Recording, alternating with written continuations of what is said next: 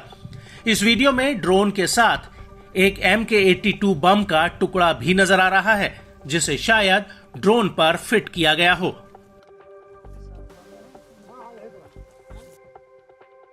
आपको बता दें कि हूती ने अमेरिका के 10 से ज्यादा MQ-9 रीपर ड्रोन को उड़ा दिया है।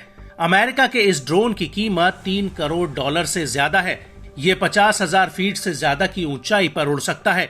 ये हवा में 24 घंटे तक उड़ान भर सकते हैं।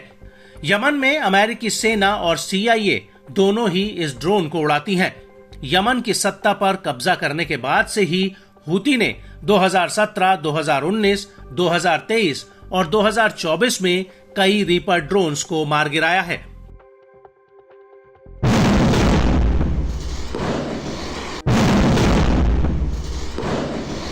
ड्रोन के अलावा हूती 7 अक्टूबर 2023 को गाजा में युद्ध शुरू होने के बाद से ही अभी तक 80 से ज्यादा मालवाहक जहाजों पर हमले कर चुका है।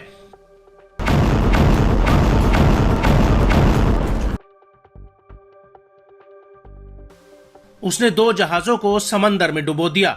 लाल सागर में हूती के हमलों की वजह से करीब $1 ट्रिलियन का कारोबार प्रभावित हुआ है, जो इस रूट से होकर गुजरता है।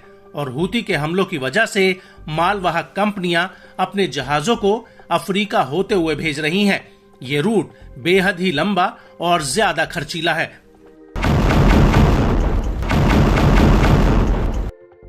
बड़ी बात है कि हूती लाल सागर, हिंद महासागर और अरब सागर में लगातार इजराइल और अमेरिका से जुड़े जहाजों पर हमले कर रहा है। इसके अलावा हूती ने उन जहाजों पर भी हमला किया जिनका इजराइल और अमेरिका से कोई लेना देना तक नहीं।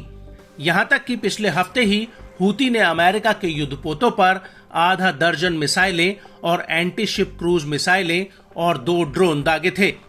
हालांकि इन्हें अमेरिकी सेना ने इंटरसेप्ट कर लिया था।